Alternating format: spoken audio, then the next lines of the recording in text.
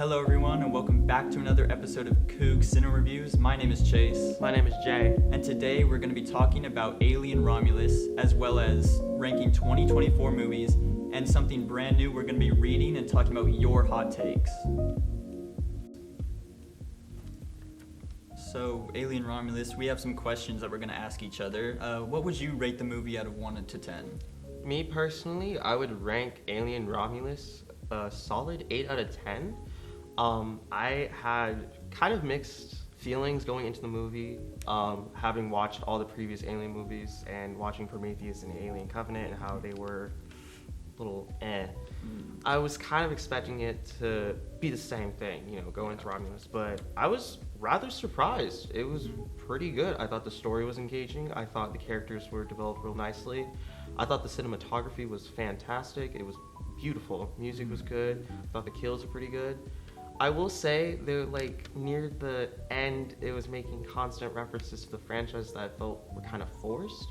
But overall, I had a good time. What about you?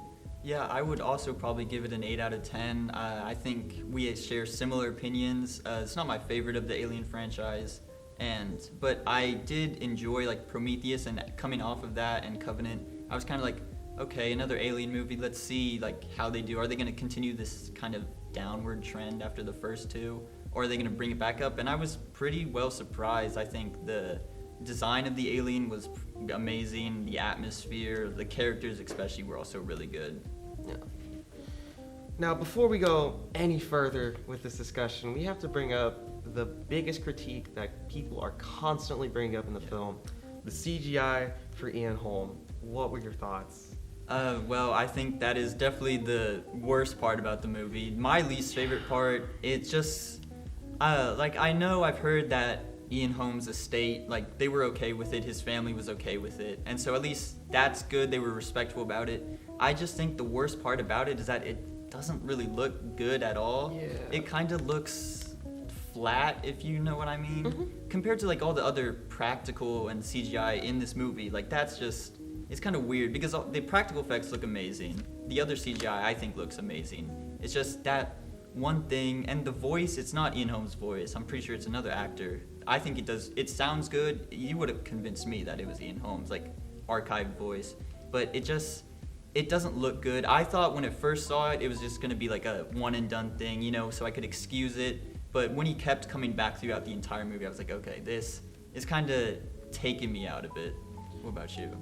In execution, I don't think it was really good. Yeah. No. Alright, so kind of off the back of that, what are some good things and some bad things that you would say about this movie?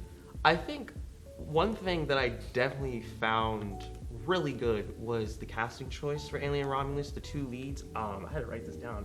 Kaylee Spaney and David Johnson as Rain and Andy. I thought they played off each other so well, and I felt so engaged with their characters that it made me root for them. Normally in these types of movies, or at least not counting the first 3 or 4, I normally wouldn't cheer for the main protagonist. They usually characterize the main protagonist as someone as either unlikable or someone you don't really know a lot about, but with these two characters, you definitely know enough to where you want them to succeed. You want them to overcome all their challenges. You want them to survive and live to tell the tale.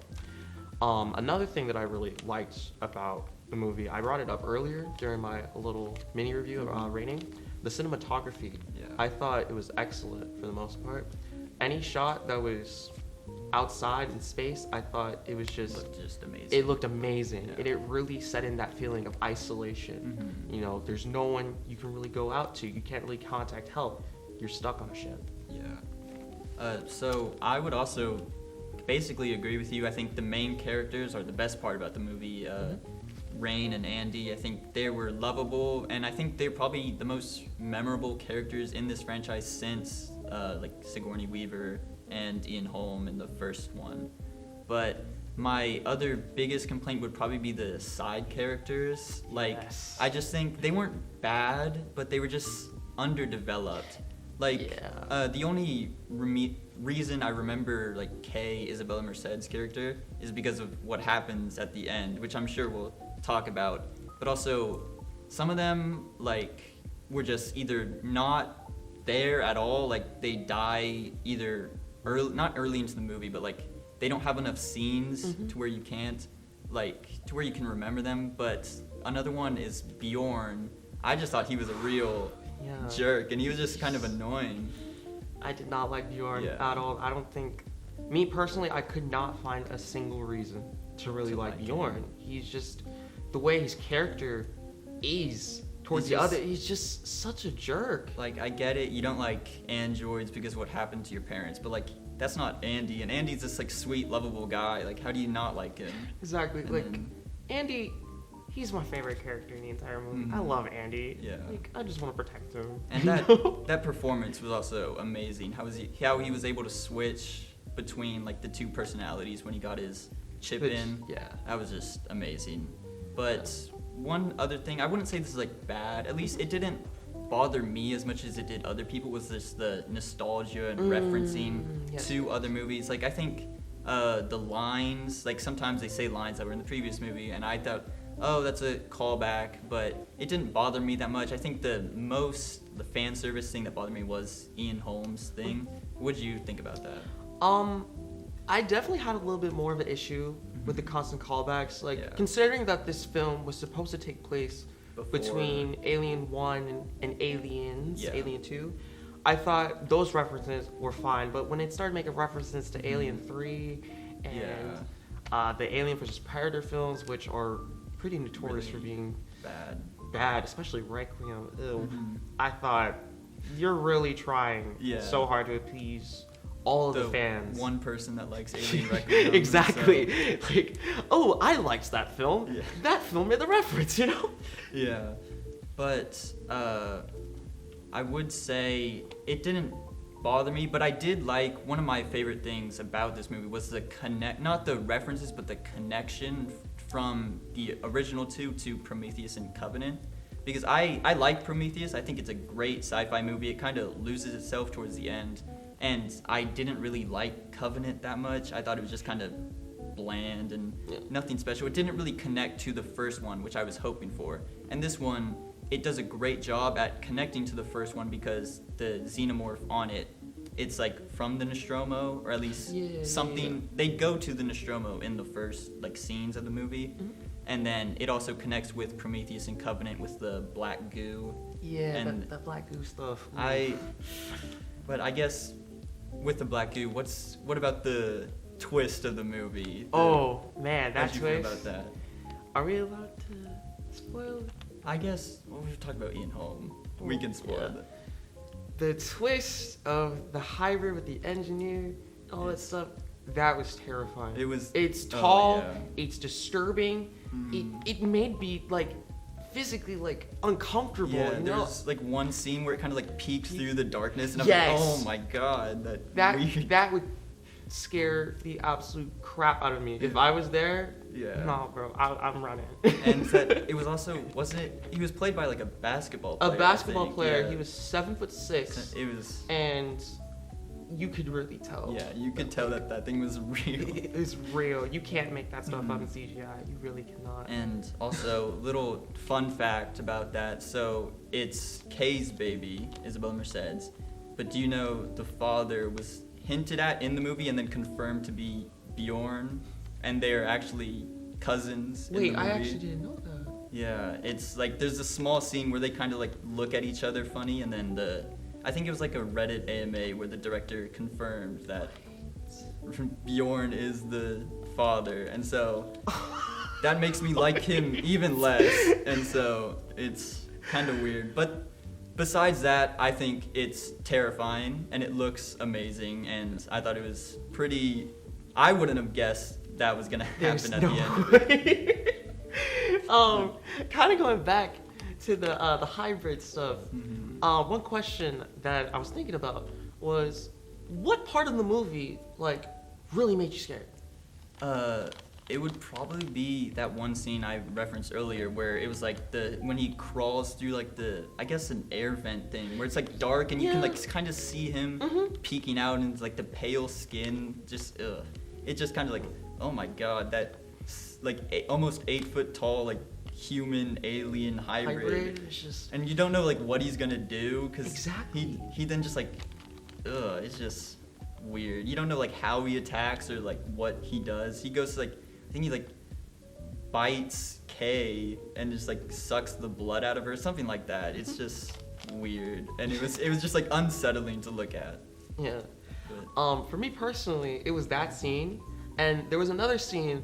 It was kind of making a reference to Alien 2, the facehugger scene with all those facehuggers. oh yeah, Dude. when they like were running from it after they popped out of the And there were so many of them. really cool. It was really cool in speculation, but like then, being in there. Man, if you were there, If you were there, you are screwed. after and that's like after they saw what it does, and then also the scene where all the facehuggers are like standing still and they had to like slowly and like you couldn't sweat, you couldn't get goosebumps, you couldn't do anything or you'd alert them, and it's like, oh, I just wouldn't want to be. I'd rather stay on that mining planet for the rest of my life than go up there. No, there was another scene. It didn't really scare me, but it made me really tense. There was the scene where there was like blood, the acid blood, in the zero gravity. In the zero G, yeah. Yes, and if it touched the ground, it would have caused the ship to decompress. I thought that was very cool, and something that like you don't really think about. Like, when you shoot these things, the acid is just gonna keep going down until. And so I thought bringing that up was actually like amazing. And I don't believe that it was ever like filmed in another movie, at least that I can recall. Where the acid goes like through the ship. Through the I ship. don't think it is ever brought up. I mean, I never thought about it either. But after this movie, I was like, that would happen unless it just stops for some reason. But I mean, what would stop it? I don't know. Okay, so next question.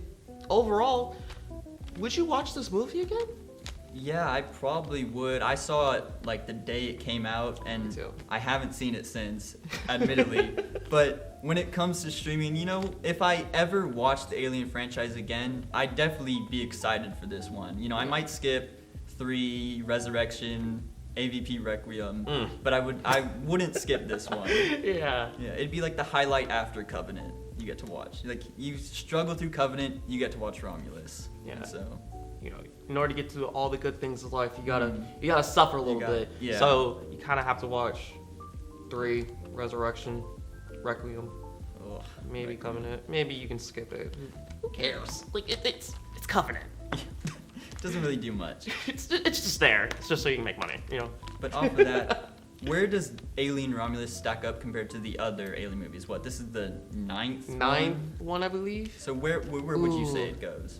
I think out of all the Alien movies, I would say it's up there with Alien 1 and 2. Yeah. But I'd say it's 3rd overall. That's the same. I would give it. I think it's not better than Alien or Aliens. I think the gap between those is very large. But I think it's very clearly number 3 because I also think the gap between Romulus and Prometheus is also pretty big. Well, that was a really fun discussion. And I still feel like ranking movies. So how about we just talk about the movies in 2024 with more guests, Kayvon and George. It was one of the only movies where I like contemplated leaving the theater. Oh wow, Really? actually? But Wow. no, this is the stupidest thing I've ever heard. But it was just one of those. It's so bad. I wouldn't even say it's so good. I would just say you could watch it. Oh. I knew this movie would pop up some point. Madam Web. Madam Web. Oh, man.